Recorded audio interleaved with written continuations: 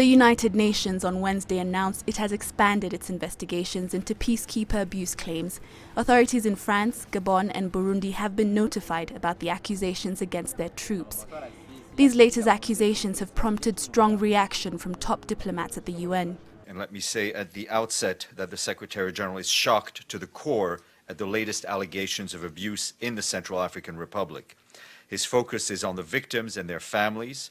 We're talking about women, young children who have been traumatized in the worst imaginable way.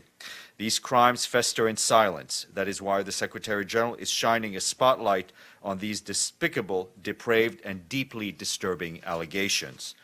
He has been unrelenting in confronting this scourge and raising it proactively at every opportunity.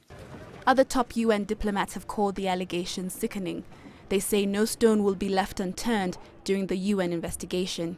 US Ambassador to the United Nations Samantha Power, meanwhile, is currently in the Central African Republic. We talked to the families about what had happened to their daughters, who in many cases were raped by MINUSCA soldiers or who had relationships with MINUSCA soldiers when they were very, very young, and who are now left carrying terrible stigmas as the soldiers have gone back to their countries with no accountability.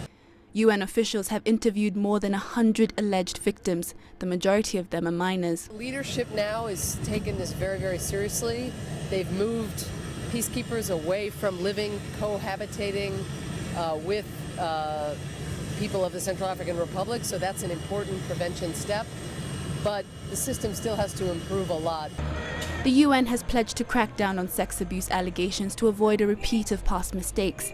The head of the UN mission in the Central African Republic resigned in August last year over the claims, and some 800 Congolese troops were sent back home last month. These abuses have been ongoing for at least 3 years now. Catherine Ogunde, CCTV.